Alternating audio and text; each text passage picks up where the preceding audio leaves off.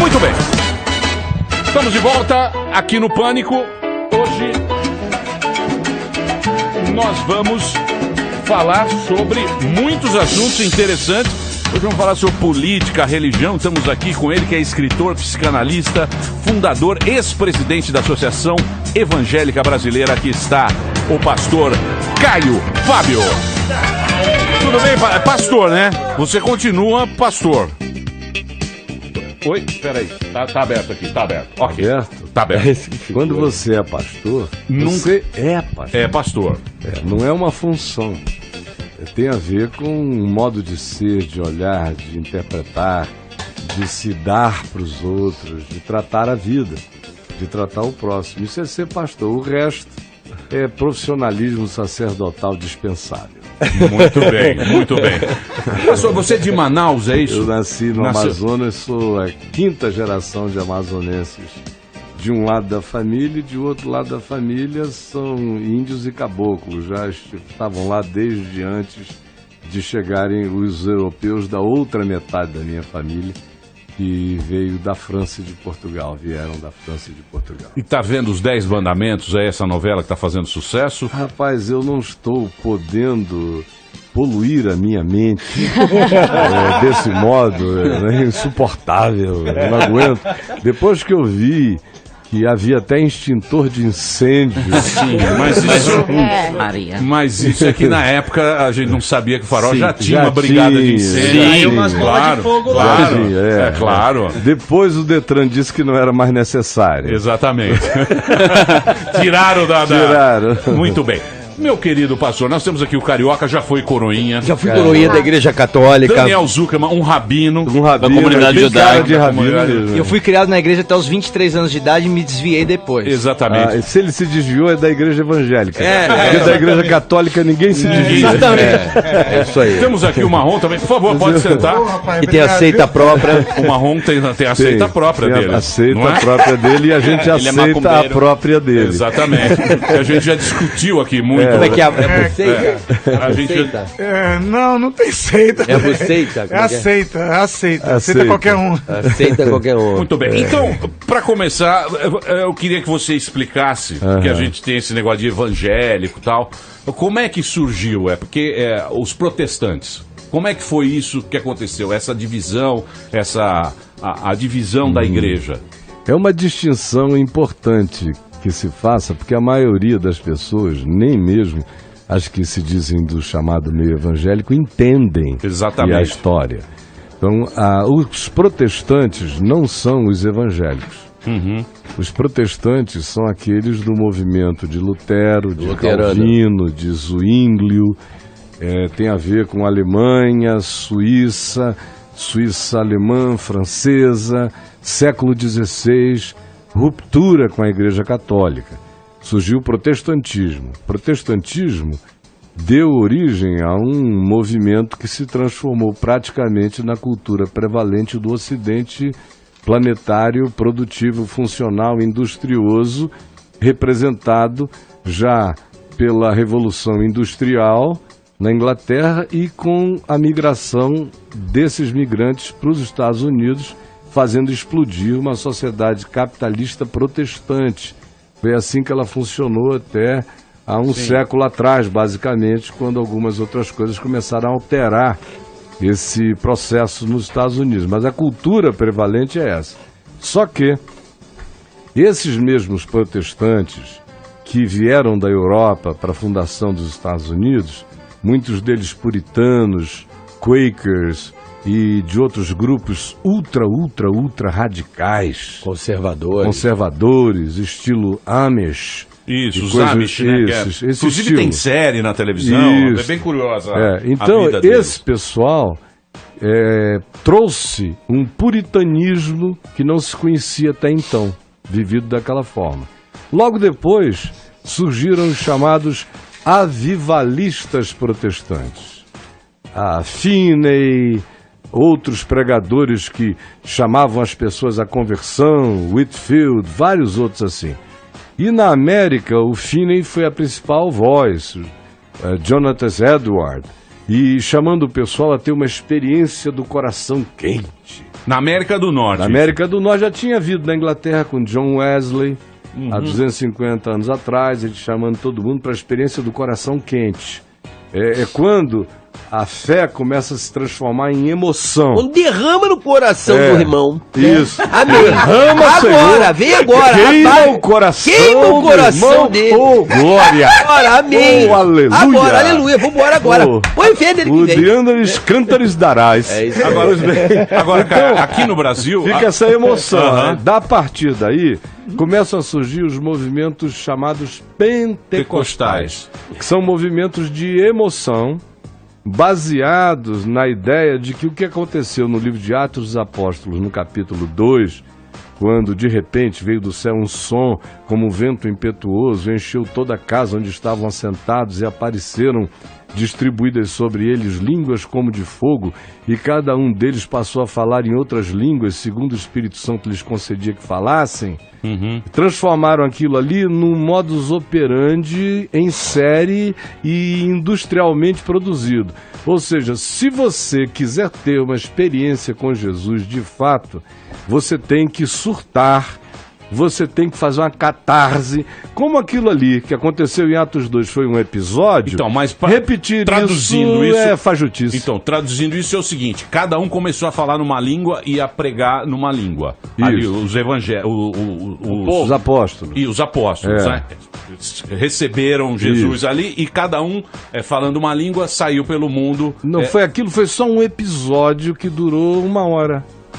Logo depois todo mundo voltou a si, falando a sua própria língua. E o grande milagre descrito em Atos 2 é que os que estavam presentes, gente de 17 etnias diferentes na terra, estavam em Jerusalém, os ouviam falar em suas próprias línguas maternas as coisas impressionantes que diziam. Então pode até ter sido um milagre de audibilidade. Eles estavam ouvindo, não necessariamente cada um estava falando.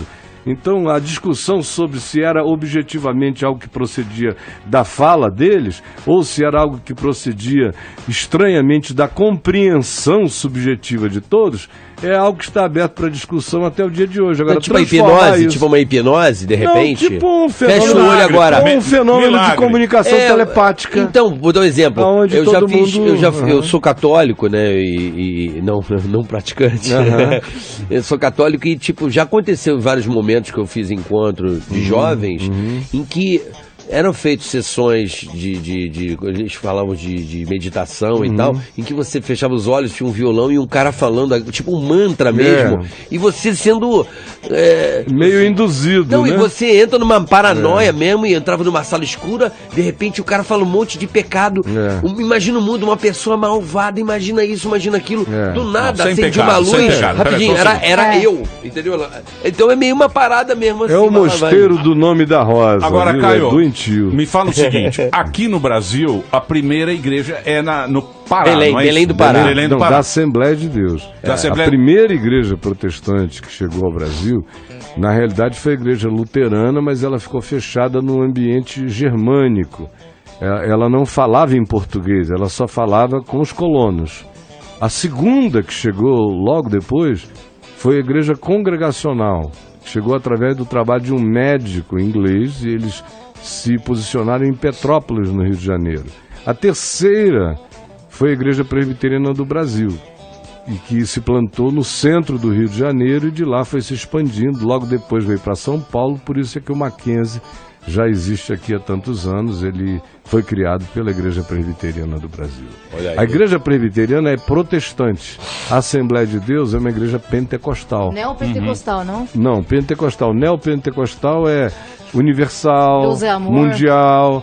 Deus e amor é Deus. Pentecostal. Ela está aqui muito antes do fenômeno neopentecostal. O neopentecostalismo começa aqui em que partido? Em que período? Ele começa... Quem inaugura e dá cara estereotipada ao neopentecostalismo no Brasil é o Edir Macedo. É verdade. Que são a igreja, É verdade, Caio Fábio. A gente teve oportunidade. A igreja o neopentecostal. É a igreja mais histérica. Que é o quê?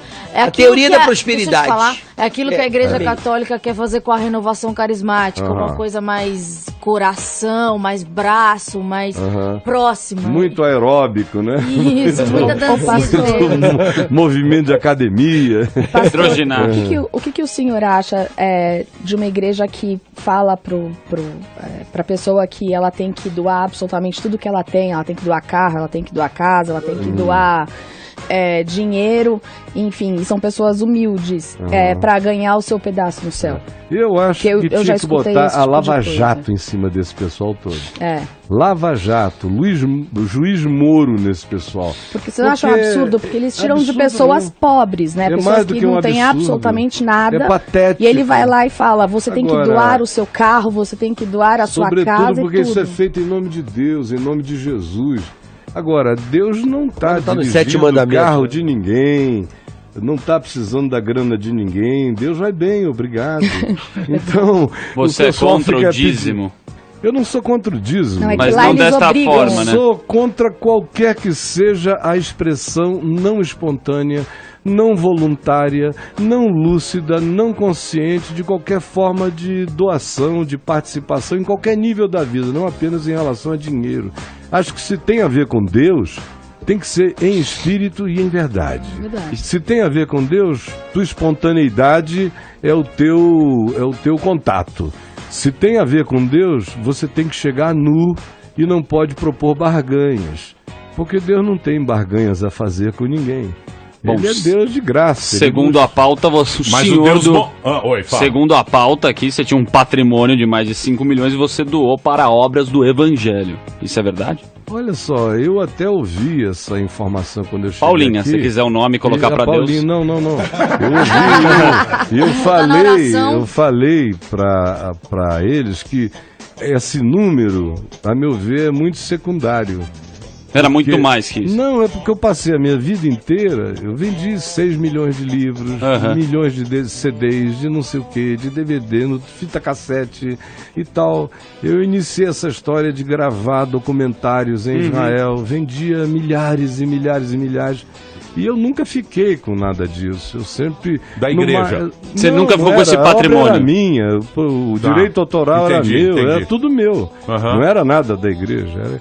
Eu não precisava de tanto. Aí Deus tocou seu coração. Olha, o meu coração já estava tocado há muito tempo. Eu também acho isso uma balela. Chegar e dizer, então Deus tocou meu coração. Não, eu tenho um princípio dentro de mim. Eu tenho um princípio. O princípio está instalado. O princípio é esse. O que eu tenho? Por que esse dinheiro foi ganho? Eu inventei alguma coisa? Não.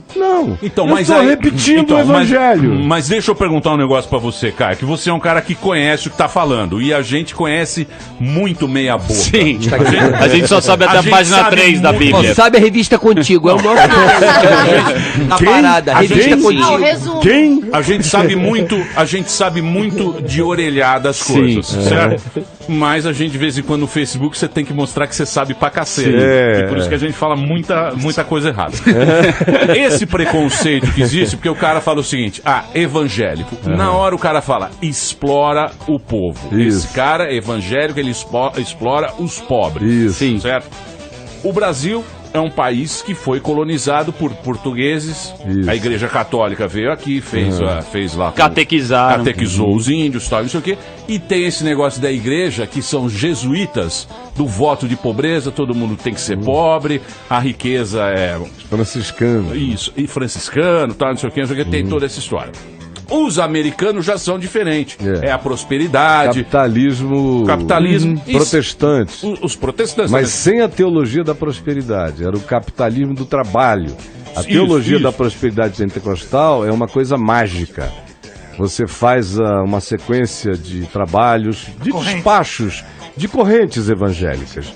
Você vai, dá o dinheiro, faz as oferendas, é uma coisa conforme... Pra girar a roda, pra girar, pra todo mundo tá bem. E tudo é em cima de barganha. Isso não tem nada a ver com a prosperidade protestante americana, que era a ética do trabalho. Sim. Quanto mais e não da magia. Aqui no Brasil, esse preconceito que as pessoas têm é o quê? Foi a Igreja Católica? Preconceito contra os evangélicos? Sim. Não, esse preconceito foram os evangélicos que criaram. Os próprios criaram. Eu fui presidente dessa organização na única vez em que ela reuniu, fez convergir 65% dessa população irreunível, desse caleidoscópio absolutamente doido de fragmentações e fragmentações e fragmentações, que é o chamado ambiente evangélico. 65% convergiram para a proposta que tínhamos. E qual era a proposta? Sobretudo e maior do que todas, era dizer: se vocês admitirem que Edir Macedo, R.R. Soares e as igrejas do estilo quadrangular loucas, todo esse grupo de surtados, eu estou falando de surtados, eu estou falando de 1991, sim, não é de agora. Uau. Olha quanto tempo atrás. Se vocês consentirem que esse pessoal continue a dizer que eles são evangélicos, vai chegar uma hora em que vocês serão todos identificados a partir deles. O próprio marketing deles fez poderoso. Com que acontecesse. Como é que a comunidade evangélica séria poderia competir com um marketing baseado em milhões e milhões e milhões de dólares em redes e redes de TV e de rádio, fazendo uma propaganda maciça, provocando escândalos sobre escândalos, loucuras sobre loucuras, sem nenhum desejo de corrigir as loucuras feitas, ao contrário, ampliando-as muito mais, até que chegou a um ponto em que se transformou numa coisa cínica para a população. A população pensa nisso tudo com absoluto cinismo. Já não há mais o que defender, né, em relação a esse grupo. Por que eu me desliguei, tendo sido presidente da Associação Evangélica Brasileira? Eu me desliguei em 1998 porque eu cheguei à conclusão de que aquilo era inconversível, intransformável. Virou não havia negócio. Cura. Virou era negócio. Mais do que negócio, tinha se transformado. É falta de fé. Numa natureza pervertida. Uhum. E criminosa na mente da maioria daqueles indivíduos. Eu não estou dizendo isso por análise distante. Eu tive muita conversa com Edir Macedo, com todo esse pessoal. Quando eu conheci o Malafaia, ele tinha 17 anos de idade, me ouvindo pregar. Conheço todos eles. Conheço as pregas desse mundo, você entendeu? Uhum. Evangélico, as pregas mesmo. Então não estou aqui com teoria de nada. Nenhum deles me enfrenta, por quê? Porque não aguentam olhar para mim olho no olho e receber o atropelo da verdade. E sabem que eu não tenho nenhum temor de nenhum deles em relação a absolutamente nada.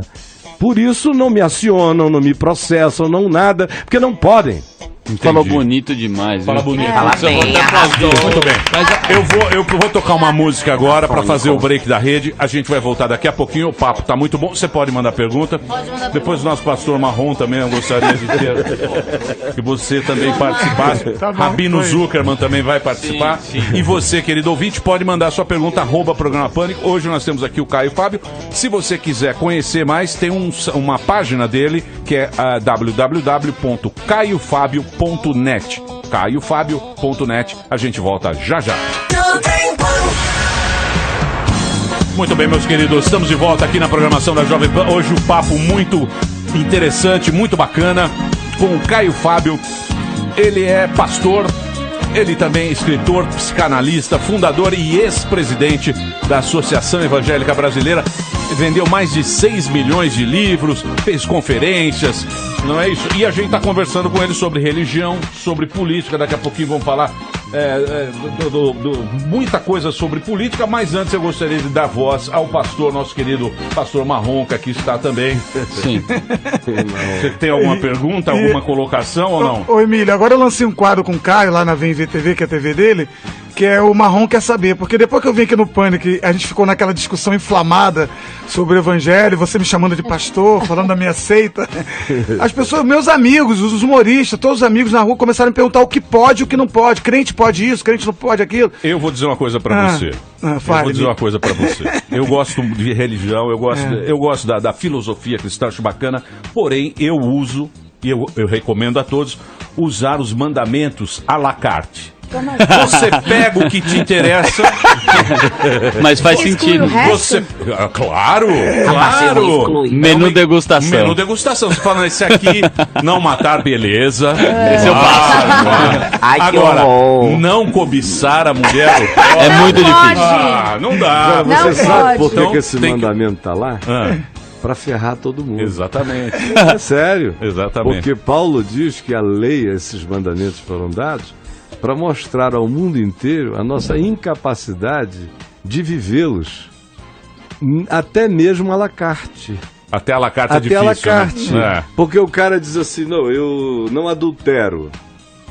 Não adultero objetivamente falando. De quartas-feiras. Mas na cobiça do coração, Sim. quem é que não fica cheio de um tesão comestível? Então, Ai, não. aí o cara não... Mas é Tesão o cara- comestível. Mas a essa é que é... subjetividade é que é o negócio. Sim, claro. Por exemplo, diz assim, não terás outros deuses diante de ti. Aí você não tem um ídolo diante de você. Mas você tem uma relação de idolatria afetiva com alguém, se transformou numa divindade para sua existência, que se ela for embora você pensa em suicídio. Então você é ou não é uma idólatra? Você só não é uma idólatra básica, animista, com um pedaço de pau na tua cara, adorando ali o gesso, a pedra. Mas a idolatria é pura subjetividade, é cobiça do coração ou é introjeção dessas coisas. Por isso é que esses mandamentos, nem à la carte, eles dão, sabe por quê? Porque lá está dito no início que eles são um bloco só. Sim. Que você não pode escolhê-los à la carte, porque se você obedecer 9 deles e transgredir num, você é réu de todos. De todos eles. E aquilo foi posto para que ninguém se glorie, para que ninguém chegue e diga, eu posso e eu me garanto diante de Deus. A lei ensina o homem, de certa forma, a ter um mínimo de condução, mas para o cara acessível e que não seja um fariseu, o que ela produz é sensibilizar a consciência dele para andar humilde. Uhum. Porque diz, ainda que eu não faça exterioridades, eu conheço as minhas interioridades, as minhas relatividades, eu não mato, mas eu fico com raiva, eu odeio, eu tenho repentes destrutivos. Se eu pudesse, eu faria certas pessoas desaparecerem. Também. Eu as jogaria no ex nihilo, Ai, meu em sonho. algum lugar assim. Então, todos pecaram, é o que diz Isso Paulo. não é errado, né? Paulo diz, todos pecaram e todos igualmente carecem da glória, da graça e do amor de Deus. Então mas tem isso- ninguém melhor do que ninguém, é só isso. Mas, ô Caio, isso é que é vendo a bonito mandar. na filosofia cristã, isso é que é bonito, né?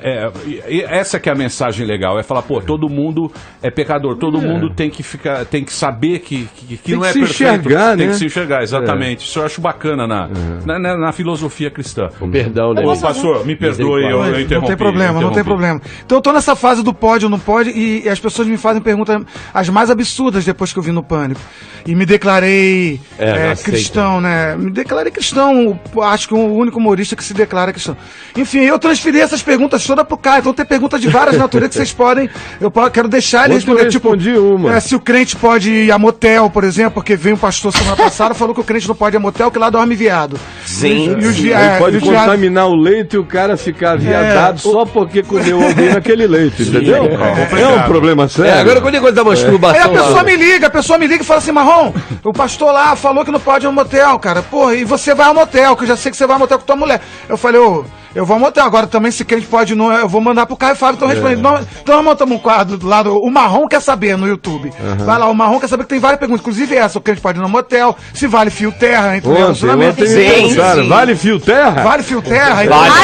Vale. E aí ele vai responder agora, vale fio terra? Marco Responde. Luque quer saber se o pessoal que fez sexo oral nele ou em quem ele fez sexo oral, se está todo mundo também no inferno. O Marco Luque perguntou. Então são os amigos perguntando. O Rafinha Entendi. perguntou, várias Eu pessoas vou responder perguntaram. a ele que o problema da língua é outro, não é? Não é bem o que você lambe, é o que você fala com ela. Adorei. Fábia. Agora, O pastor. senhor tá falando assim muito de evangélico, do crente. Eu queria saber o que o senhor acha do Papa Francisco, assim, o papel da mudança que ele tá propondo, assim, muito, muito pequena, mas é grande, parece. Eu acho ele um cara muito bom, acho um Fofo. ser humano legal. E acho que a Igreja Católica não precisa de ninguém que seja melhor do que um ser humano. Porque, infelizmente, o papado não teve esse privilégio muitas vezes na história de ter alguém que fosse um genuíno ser humano. A maioria deles foram figuras, no mínimo, de atitude não confiável, no mínimo, quando não eram perversos. Mas a perversidade, o engano, o ludíbrio... Mas isso faz parte do humano também. Não, mas não do humano que chega e diz: eu estou aqui ensinando vocês a viverem em nome de Deus. Porque o Papa é o representante. Ele é o cara. E nem também o humano que diz: enviem as suas crianças porque educá-las-emos para a vida. E depois todos os menininhos saem de lá sem prega. Então, não, mas a Igreja Católica, aconteceu sai pregando. vários erros. Sai pregando, pô. E há uma tentativa de limpar essa imagem, de desconstruir. Eu comecei do Francisco. O que você acha? Acho ele ótimo. Um ser humano bom. E acho que a Igreja Católica não precisa de nada que seja superior ao ser humano. Agora, quando eu estou falando de ser humano, eu não estou categorizando o humano pelo pior da humanidade. Eu estou falando no humano possível. Todos nós sabemos do humano possível. Quem aqui não teve um avô que foi um ser humano possível? Eu tive um pai que foi um ser humano viabilíssimo. Todos nós estamos buscando sermos seres humanos possíveis e não inviáveis. Eu vejo o Papa Francisco tentando ser humano. E a grande angústia daquela cúria desumanizada e vendida politicamente, toda partidarizada, comprometida, é que eles não aceitam os rasgos simples da humanidade do Francisco. Tudo vai ficando muito mais político do que na realidade ele está querendo que seja. Agora, ele chegou na semana passada à conclusão de que ele vai ter que fazer daqui para frente um jogo muito mais real, muito mais pé no chão, muito mais incisivo, muito mais cortante com a Cúria, porque ele vinha se poupando de declarar o que ele via na Cúria, mas já da semana passada para cá, ele começou a soltar as estribeiras e a dizer que não vai ficar refém da Cúria Católica. Eu espero que ele tenha peito para bancar. Ele vai conseguir transformar as coisas? Não, mas ele vai dar um alento, como já vem dando. Desde que ele entrou, milhões, não só de católicos, de seres humanos no ocidente da Terra respiraram com um alento, porque a gente estava numa situação em que a única figura pública, humana, planetária, era o Dalai Lama. A Igreja Católica tinha se esvaziado das suas figuras papais, desde a morte de João Paulo II. O Bento XVI é o Ratzinger. É outro estilo. Mas ele não foi um cara, um estadista, assim, por exemplo, não, para a Igreja ele Católica. Quer saber quem ele foi? Ele foi o cara que calou a teologia da libertação, que pegou o bofe e levou para a Santa Inquisição, porque esse grupo da Igreja Católica para defesa, a Congregação para a Defesa da Doutrina da Fé, que é o que ele cuidava, é a nova nomenclatura para a antiga Santa Inquisição. Então foi ele que impôs aqueles 2 anos de silêncio ao bofe, que fez aquilo tudo. Ele é essa figura. Então ele ali fez o melhor papel que um homem como ele podia fazer. E eu acho que ele teve a nobreza de, em vendo que não podia encarar o que estava diante dele, pelo menos se recolher. Saiu fora, né? Saiu fora, não entope o processo. E botou alguém, surpreendentemente, não ele, mas tenha sido deliberado ou tenha sido inconsciente a eleição do Papa Francisco, o fato é que foi um sopro de alento para a humanidade.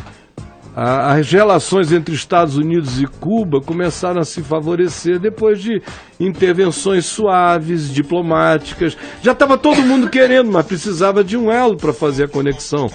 De modo que ele não é um indivíduo arrebatador, Mas ninguém está precisando de ninguém arrebatador. O mundo está precisando de gente prudente, sábia, moderada.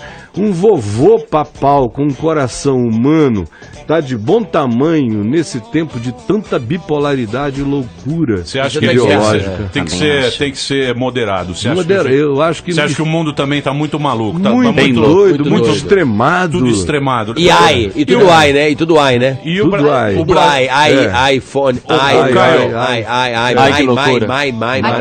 Ô Caio, mas o Brasil também, tá extremado, né? Totalmente bipolarizado. Dividido. O que você acha que vai? Porque você conhece os caras, pô. Você conhece. Você sabe como é que funciona lá. Você me conhece, Caio Fábio. Você me conhece pessoalmente. Você eu conheço muito bem, seu safado. Eu sei, não fala assim de mim. Ai, sim. Eu conheço bem. Nós tomamos uma cerveja lá em São Bernardo na época, então você ia lá conversar comigo. 6 horas, 7 horas de papo. Aí 9 anos você me alugando. Eu sei disso. Fazendo perguntas honestas, fazendo perguntas cretinas e recebendo respostas honestas. É verdade. Até o dia que você me surpreendeu. O que eu com fiz? A sua calhordice. O que eu fiz pra você, cara? Sim. Por favor, Caio, me arranje esse dossiê Caimã. Sem esse dossiê Caimã, a minha campanha não vai sobreviver. E, por favor, me ajuda a internar 35 milhões de dólares que o Gaddafi está me oferecendo para minha campanha de 98. Por favor, Caio. Eu falei, você tá louco? Nós estamos conversando há 9 anos, você nunca me tocou no assunto desse. O que te deu hoje de pensar que eu sou um comparsa desse teu interesse? Isso foi em maio de 98. Eu o conheci em 1990. Sério? Teve esse papo mesmo? Esse papo do... Mas eu não tô brincando. Não tô brincando. E por que não vai acontecer nada? Porque ele sabe que é verdade. Mas que história é essa do Caimã? Isso aí foi na época do Fernando Henrique, não é isso? Foi. Ilhas Caimã. Eu cheguei Fica quieto, meus rapaz. 2 filhos mais novos.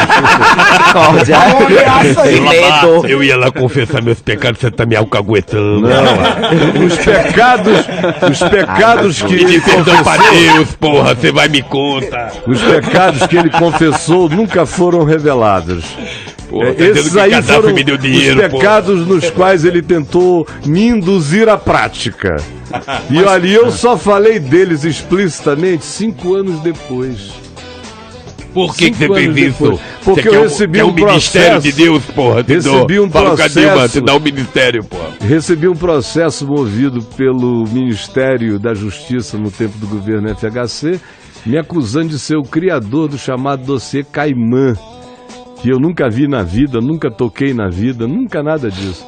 Então eu era o criador. Aí eu fui acusado de um ser. Chamaram Lula para depor. Aí o Lula chega lá e diz, realmente isso tudo é invenção do Caio Fábio. E ele é que ficou com essa ideia fixa na cabeça. Ele que planejou para me salvar do dinheiro que... para me oferecer. Ficou nessa conversa toda lá. E aí veio o Fernando Henrique, que tinha mandado que o processo fosse aberto, e fez o seguinte depoimento. Se o presidente Fernando Henrique estiver me ouvindo agora, ele sabe, está escrito lá nos autos. Ele disse, não, nós sempre soubemos que o reverendo Caio não tinha nada a ver com aquilo. E a razão pela qual nós fizemos a ação contra ele não foi por minha causa, eu já tinha ganho a eleição em outubro, quando o assunto do dossiê Caimã veio à tona em novembro.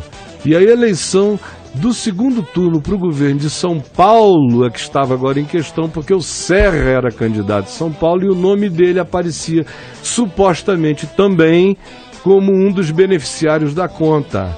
Entendi. Então, por causa disso, ele me ligou e falou, olha, o teu caso está resolvido, você está eleito.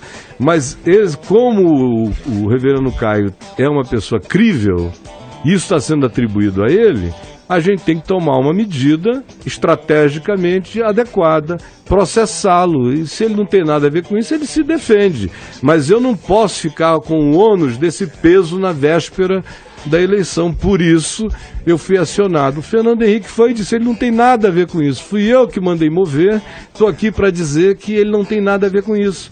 O Eduardo Jorge, que era secretário da Presidência da República à época, foi lá e disse a mesma coisa, porque eu fiz o Eduardo Jorge saber o que estava acontecendo durante o processo, porque eu suspeitava que alguma coisa do gênero iria cair em cima de mim mais cedo ou mais tarde. E foi caiu. o que aconteceu, caiu feio. Mas eu sempre faço isso. Muito com bem. os Daqui a companheiros. pouquinho... Você sempre faz. Olha o Disseu onde tá, E companheiro. os teus amigos todos, Eu né? sei, lógico, o Os Macari. teus- E agora vai um Bulai lá, um tal de Bulai. Mas Vai o- lá, um bulai. Mas o Opala tá chegando. Muito bem, eu vou tocar agora uma música, eu vou fazer um break agora, depois eu quero saber também do Cunha, vamos falar aqui da religião na política. Sempre é teve, um né? Cunha que entrou na minha vida no ano de Sim. 1994. Isso Daqui é a importante. daqui a Tá pouquinho envolvido, a né? gente vai conversar aqui. O papo tá muito bom. Mande a sua pergunta. O Caio Fábio tá aqui, escritor, psicanalista, fundador da Associação Evangélica Brasileira. Para você conhecer mais do trabalho dele, www.caiofabio.net. E se você tiver alguma pergunta, pode mandar aqui no @Programa Pânico. A gente volta já já. Consegue pegar o carregador? Muito bem, queridos, estamos de volta aqui, o papo tá muito bom. Hoje estamos recebendo aqui o pastor, escritor, psicanalista, fundador e ex-presidente da Associação Evangélica Brasileira. Ele já tem mais de 6 milhões de livros vendidos, já fez conferências. O Caio Fábio tá aqui com a gente hoje. Você pode mandar a sua pergunta. Se você quiser conhecer o trabalho do Caio Fábio, tem o site www.caiofabio.net. Eu tenho uma pergunta para O o pastor. Patrick quer fazer. Posso fazer uma pergunta? Pois não, Patrick. Pastor, eu acho que não é segredo para ninguém que a Igreja Católica, historicamente, foi responsável por algumas catástrofes muito grandes na humanidade. Aí teve a Inquisição, teve o caso lá do Galileu, que falou que a Terra não era o centro do universo, os caras quase mataram ele teve que retirar tudo que ele disse. E hoje a gente vive numa época que não tem mais grandes descobertas como aquela época, que a gente achava que a Terra era plana e blá blá blá blá blá blá. Mas eu já ouvi muito absurdo também sair de boca de pessoas aficionadas religiosas, que, por exemplo, não podemos acreditar que os dinossauros existiram porque o mundo não é tão velho assim, não existe essa data, 200 milhões de anos, e isso aí é invenção para tirar a gente da fé. Eu queria...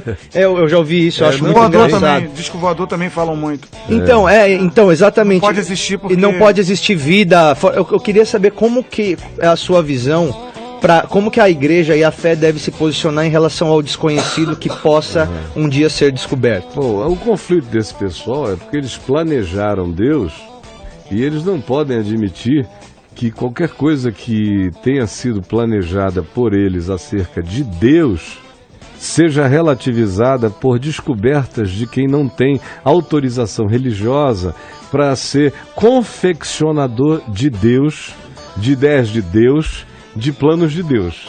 É só isso. Porque isso não tem nada a ver com Deus.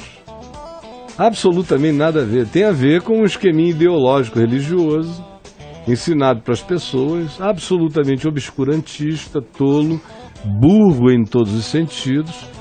O livro de Gênesis, que é de onde eles partem, não é uma narrativa científica, não é uma narrativa exaustiva de nada. E nem literal também. Não, é uma narrativa de natureza mítica. As pessoas não sabem nem o significado de mito. Quando você fala de mito, elas ficam pensando que você está falando do que nunca existiu. Mas o mito é uma linguagem acima de tudo. É um modo de expressar algo existente que não pode ser definido porque não havia as testemunhas presentes, mas a oralidade da transcrição construiu um modo, nesse caso, modo fabuloso, modo mítico, narrativo, para passar adiante uma informação que não era uma informação científica, era uma informação de significado da vida. O que o livro de Gênesis está dizendo é: a vida tem significado. Ela não é um peido do nada. Tem um sentido. Ela tem um sentido. Teve uma origem pensada. Ela foi chamada a existir por uma palavra inteligente, pela palavra do seu poder, do poder de Deus, pelo logos, pela razão absoluta de todas as coisas. Esse é o sentido. Qualquer um que queira transformar isso num manual, numa cartilhinha de como foi, cada etapa, Então, mas é um idiota. Mas é esse Deus transcendente, né? Esse Deus criador, o cara que faz todo o esquema, né? Tipo Não, Porque ele... os gregos falavam que a terra era a terra, que as coisas estavam aqui prontas, não é? Não tinha esse criador, o transcendente. Depende da filosofia grega. A gente tinha que se adaptar a isso que estava aqui. Essa que era na mitologia. São vários deuses, cada um. Não, e não só isso. Os gregos também tinham a ideia do Deus único e tinham a ideia do Deus transcendente. Eles deixavam o espaço aberto para o Deus desconhecido, por exemplo, lá em Atos dos Apóstolos, no capítulo 17, quando Paulo chega no Areópago de Atenas e começa a discutir com os filósofos epicureus, estoicos e outros mais que estavam presentes, surge esse assunto. E como é que ele começa a falar de Cristo para eles? Foi dizendo: senhores atenienses, passando e vendo os múltiplos objetos do vosso culto, muitos deuses, nichos e um panteão enorme, observei também que entre vós há um altar no qual está inscrito: ao Deus desconhecido. Pois é este que adorais sem conhecer, precisamente aquele que eu vos anuncio. O Deus que criou o céu, a terra, o mar e tudo que nele existe, em quem nós somos, nos movemos, existimos e respiramos. E foi por aí afora. Por exemplo, a ideia de Logos, a ideia do Deus intangível, do Deus indiscernível, do Deus indisponível, também surgiu em Mileto, lá nas proximidades de Éfeso, 500 anos antes de Cristo, com Tales de Mileto. De Mileto. E que chegou praticamente a uma conclusão quântica a respeito da natureza do universo e ao Logos como razão absoluta por trás da criação de todas as coisas tinha um sentido absoluto. Por isso é que o apóstolo João, que morou em Éfeso, em Mileto, provavelmente com Maria, mãe de Jesus, começa o Evangelho de João, que ele já escreveu com 80 e tantos anos de idade, já idoso, dizendo: no princípio era o verbo. João é o Apocalipse, né? O Evangelho de João, Apocalipse também. Ele escreveu na Grécia, ele foi na Grécia. Ele produziu tudo isso na Grécia e o Apocalipse na ilha de Patmos. Mas demorou muito tempo, né? Pode ter... Pô, deixa os caras, meu. Não, deixa os caras. A minha lembrança de uma coisa que aconteceu há 50 anos atrás é muito diferente. Imagina o cara. Deixa o João, a gente tá falando de alguém que foi contemporâneo e escreveu o evangelho dele quando ele tinha 80 anos. Ele conviveu com Jesus até os seus 35. Mas todo mundo mais conviveu junto, não foi um indivíduo isolado, não era uma narrativa subjetiva. Agora, essa coisa da historicidade, da validade do que Jesus disse ou do evangelho, está cada dia menos fora de questão. Por exemplo, há 6 meses atrás, eu fiz um documentário na cidade de Magdala, cidade de Maria Madalena, em Israel, às margens do Mar da Galileia, onde há uma sinagoga que foi recentemente descoberta por arqueólogos judeus, que mostra que 8 anos depois da morte de Jesus, judeus e cristãos adoravam a Cristo juntos naquela sinagoga. Ou seja, do ponto de vista da antropologia e da psicologia antropológica, é impossível você criar e formar um mito nessa natureza do mito não correspondente à história, do mito inventado, fabuloso, parabólico, não historiável. Não dá para criar em 8 anos. Isso precisa de muito mais tempo para tal fabricação. Agora, Jesus vive em permanente estado de necessidade de mostrar a identidade. Ninguém pede a identidade de nenhum Siddhartha, de nenhum Buda. Ninguém pede a identidade de ninguém. E a razão é muito simples. Eu tenho um amigo querido em Israel, o maior arqueólogo de Israel, o Dr. Gabriel Barcaí. Ele diz: vocês cristãos não deveriam ter nenhum problema com isso. Porque, afinal de contas, a mensagem do Evangelho, no dia da ressurreição, diz: por que o procurais aqui entre os mortos? Ele não está aqui. Então, não achar Jesus é a melhor coisa que pode existir para quem confessa que ele não está aqui. Por que vocês ficam querendo materialidades? Porque a gente está no nosso imaginário. Todo mundo quer saber a face de Deus. Como é a cara? É um velhinho barbudo? Em todas as religiões. De não, todos querem ter essa curiosidade. Mas eu te digo a face de Deus aqui, nesse estúdio. Então, calma, eu quero que você me conte. Diga. Porque não apareceu nem para Moisés e nem para Abraão. Deus está aí, falando comigo. Eu sou Deus. Amém. Gente. Não, porque Jesus disse que quem quer que receba qualquer ser humano com amor em nome dele, está recebendo a ele. Eu tô te acolhendo, então a face de Deus está aqui. Mas tá o Caio, lugar. Então tá bom, gente. Mas é que Jesus... Acaba o programa agora, eu quero que vocês fiquem em paz. Não, mas é que Jesus... Tá complicado isso aí. Não é isso, Deus não apareceu, não tem a fala. Lá pra Moisés tava pegando fogo lá na árvore. Jesus é Deus. É o filho. Não é filho. Não. Quando Jesus é o Deus. É o Espírito. João capítulo 14, quando um dos discípulos dele falou assim, Senhor, Filipe era o nome do cara, mostra-nos o Pai e isto nos basta. Essa é a pergunta. Cadê a cara de Deus? Sim. Qual foi a resposta? A resposta foi, Filipe, há tanto tempo eu estou convosco e não me tendes conhecido. Quem me vê a mim, vê o Pai. Como dizes tu, mostra-nos o Pai. Não crês que eu estou no Pai, que o Pai está em mim? As palavras que eu vos digo, não as digo por mim mesmo, mas o Pai que permanece em mim faz as suas obras. Então Jesus disse, olhe para mim. Aí quando alguém queria um sinal de Deus, ele dizia, olhe para o próximo. Ame o próximo e você está servindo a Deus. Deus decidiu ser amado em ti. Sim, e não numa nuvem, mas, não num abstrato. Não numa figura. Mas foi quando ele voltou, né? Que Deus voltou como Jesus, que ele voltou aqui como pessoa. Pra quê?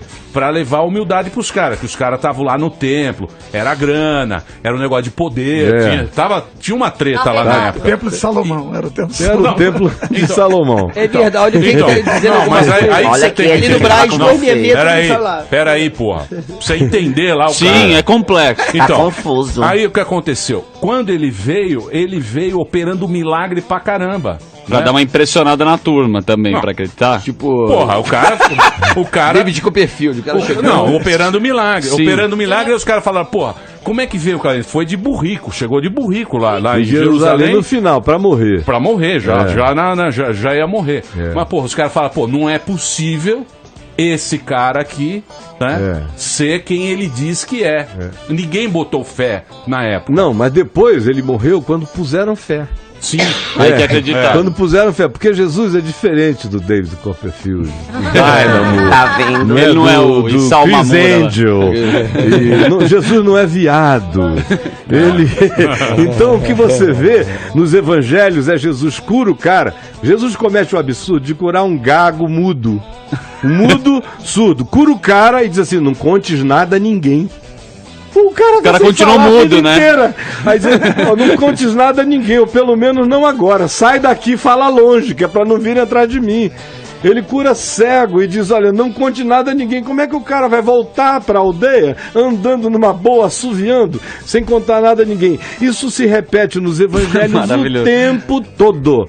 Demônios dizem, tu és o Cristo, vieste perder-nos. Ele repreende, mandando-os calarem-se, repreendeu-os e retirou-os dali.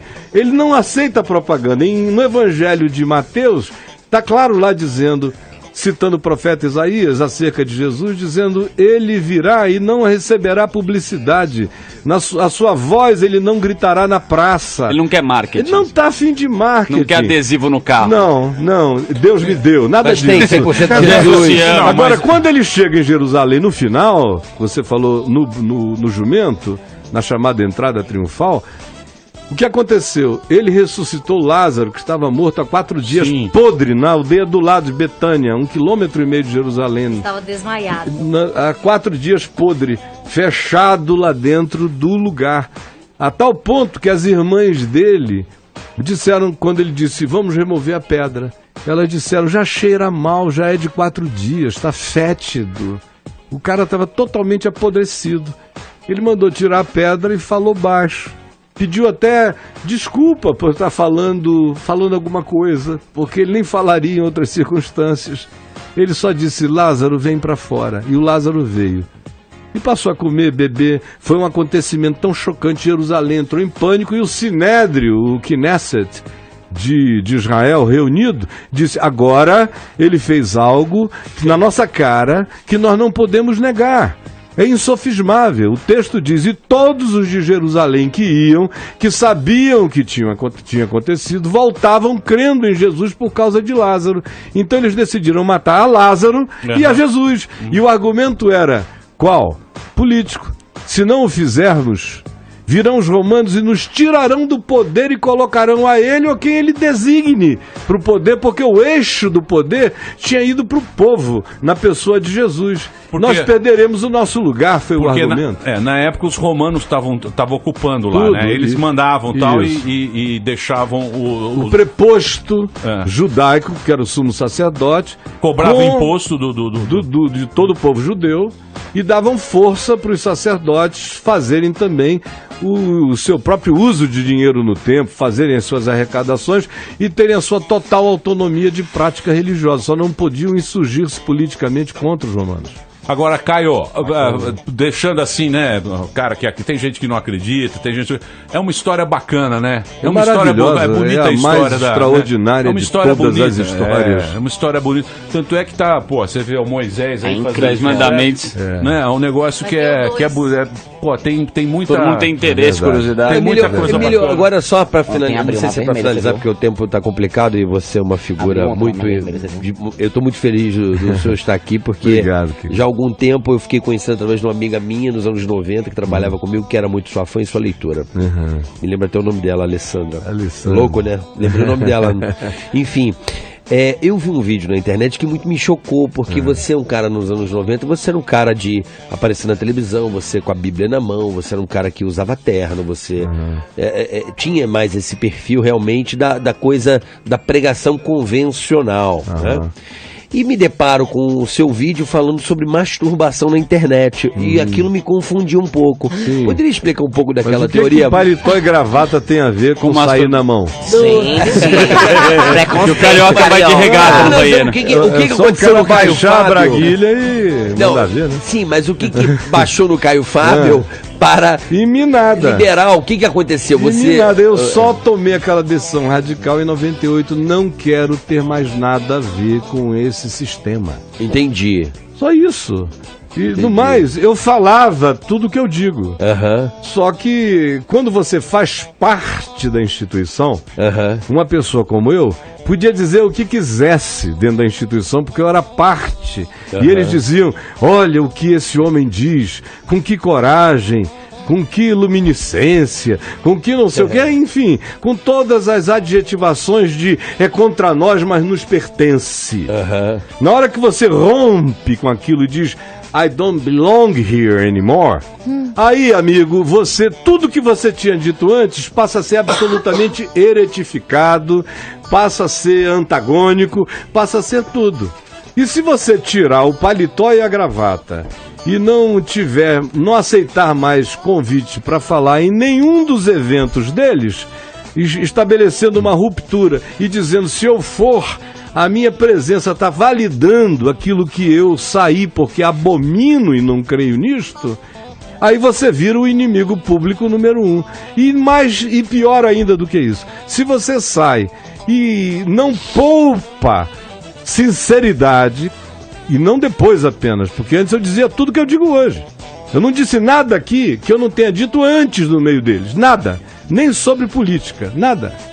Dizia até muito mais, mas quando você sai e você começa a falar e você não reforça o poder institucional deles, você se torna um ente completamente perseguido.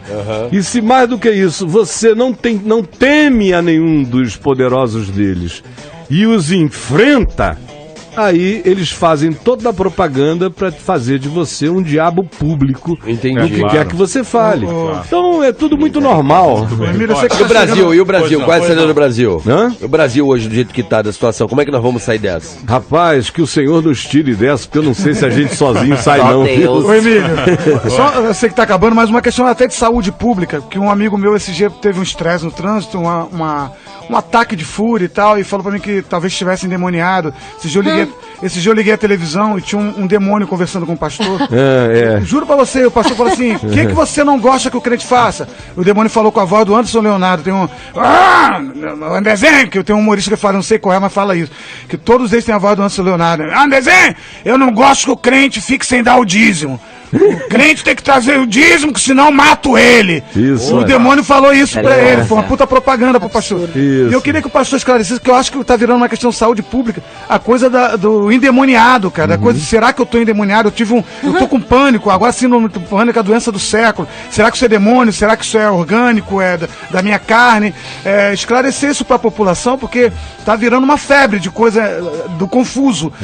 Ainda mais quem saiu do evangelho igual o Patrick Maia, que fica se questionando, será que eu tô com demônio? Eu tô desviado? Fala aí. Saiu da igreja, mas do evangelho não, né, Patrick? Saí da igreja, mas concordo com a grande maioria das coisas que da igreja, entre aspas, não é? Porque da igreja de Deus ninguém sai. A instituição, entendeu? Igreja as pessoas, gente, as pessoas enchem o instituição. saco, é isso. Agora, ele vai pra bola de neve agora. Ele tá, Vai, cuidado, rapaz, porque essa avalanche pode ser mortal na tua vida da bola de neve. Não, mas não tô indo não. Olha só para concluir aqui, Marrom, que você perguntou, 99% desses endemoniados que vocês veem na televisão são só sugestionados, quando são sinceros são sugestionados.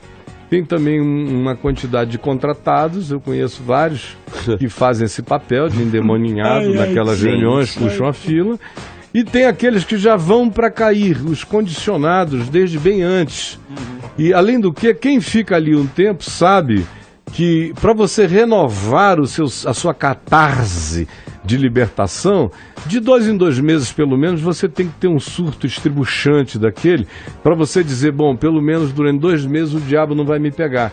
Não tem nada a ver com o diabo nem com coisa alguma. Tem a ver com a cultura anterior afro-brasileira de incorporações que o Macedo explorou e usa melhor do que os terreiros. Esse processo de incorporação como catarse. De exorcismo, né? De exorcismo. E a segunda coisa que tem a ver é o fato de que quanto mais eles puderem fazer problemas reais psicológicos como depressão e síndrome do pânico serem associados com demônios, menos as pessoas são tratadas, mais público eles têm e mais o doente crônico os procurará para sempre.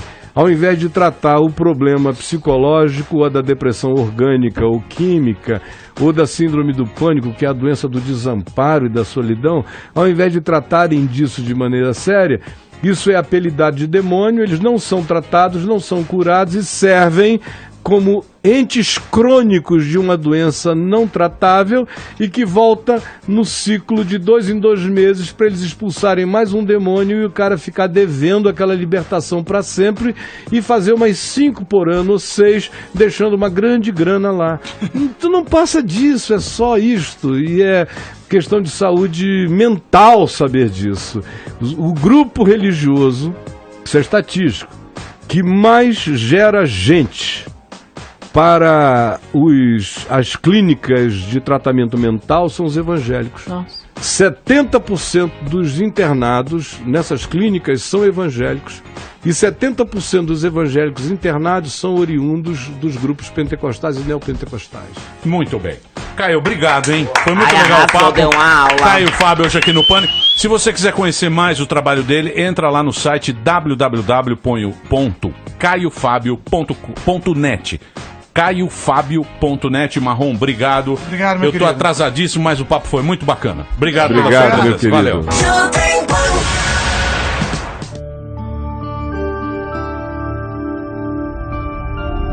Vem me ver TV. O canal é você.